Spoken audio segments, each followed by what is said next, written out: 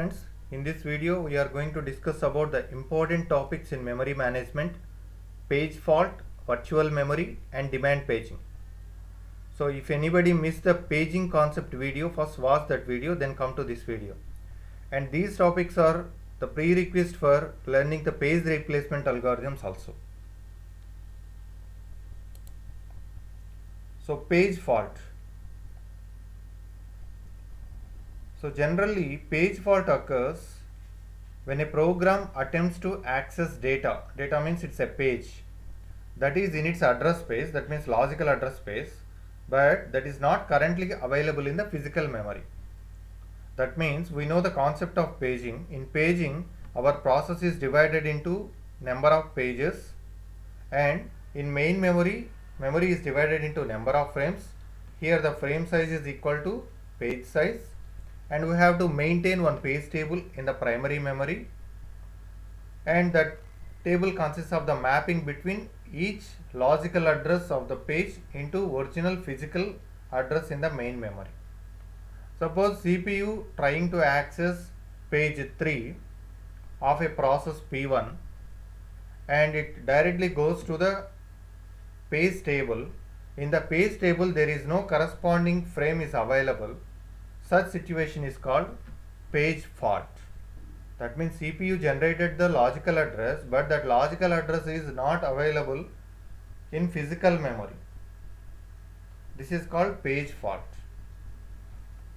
Now we can understand, if any page fault occurs, how the operating system and memory management unit recover it.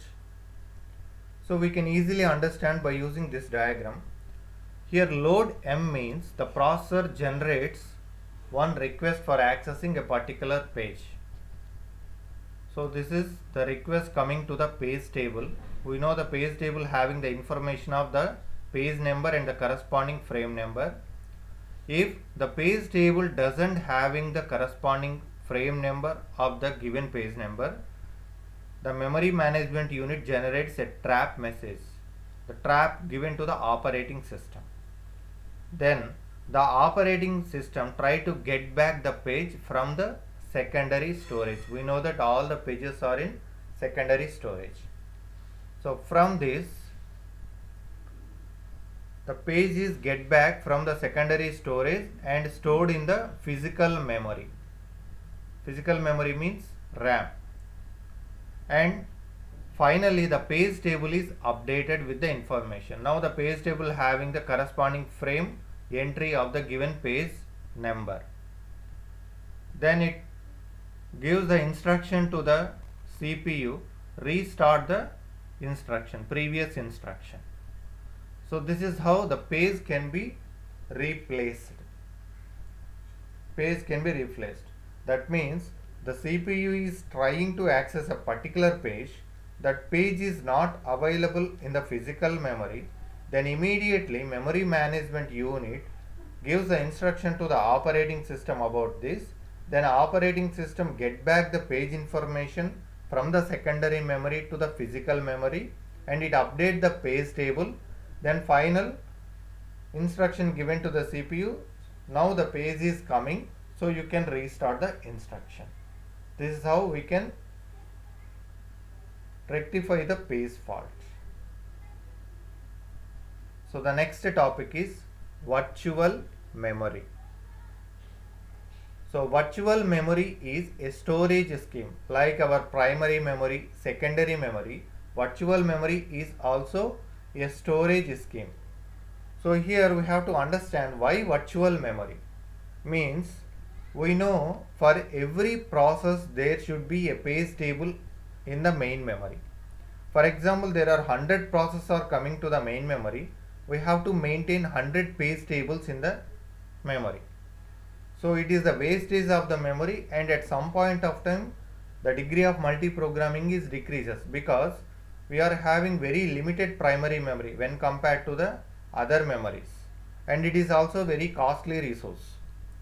So here what we have to do is, virtual memory creates an illusion to the user of having very big main memory. That means we are having a main memory of 2 GB or 4 GB space, but using virtual memory scheme, we create an illusion for the user.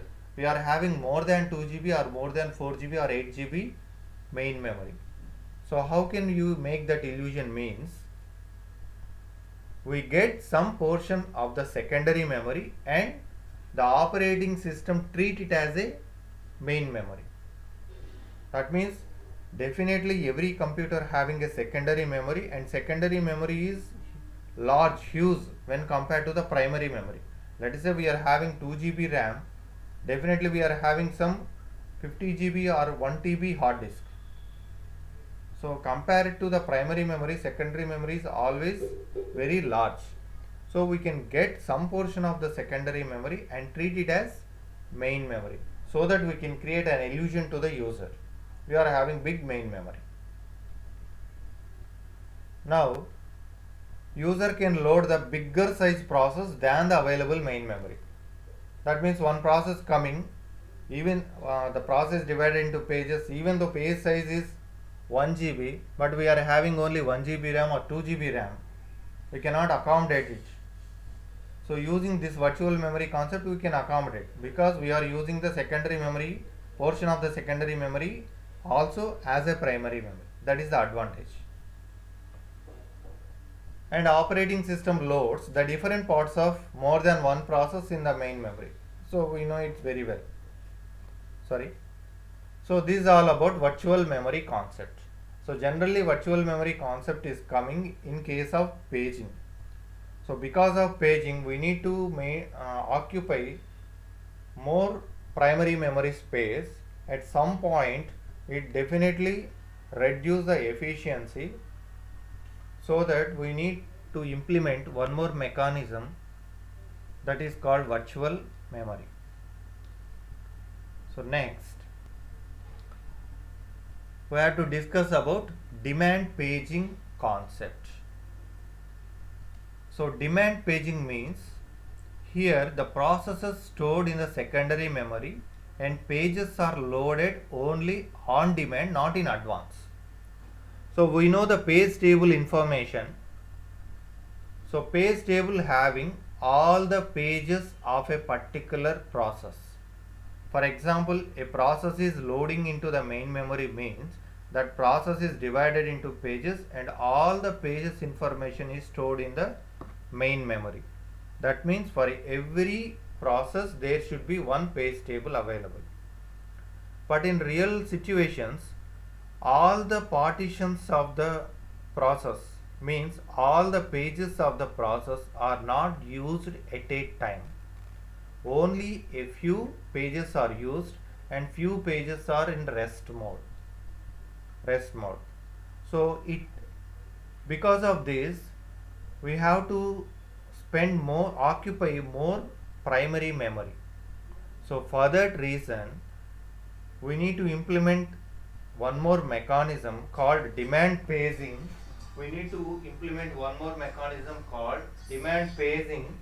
Using this demand paging, our page table has maintained only the pages whatever the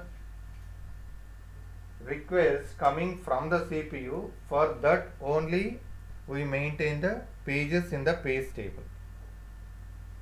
Okay. So if CPU try to refer a page that is currently not available in the main memory, then it will search for the required page in the logical address space. That means always page table having the information of the frequently accessed pages. Other than that, the page table cannot maintain. On demand only that particular page is loaded from the secondary memory. If CPU try to refer a particular page, if it is available, okay. If it is frequently used, it is available. If it is not frequently used, then we need to get that page information from the secondary memory and loading into the page table. That is called demand paging. CPU get the paging information only on demand. So this is the same point. The required pages will be brought from logical address space to the physical address space. And here the problem is, suppose page table having the information of the frequently used pages. On demand we are getting the new page information and loading into the page table. Then the question is, if the table information is filled, definitely we can remove the previously used page information. Then which page information we need to delete? That is the big question. So for that we have different page replacement algorithms. Based on the algorithms, we can choose a particular page and remove that particular page and fill with the new demand page.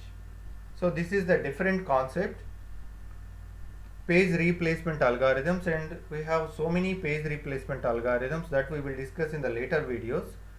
So because of this demand paging, definitely we have to approach page replacement algorithms. Using those algorithms, we can remove certain pages from the page table and loaded new demand pages into the page table.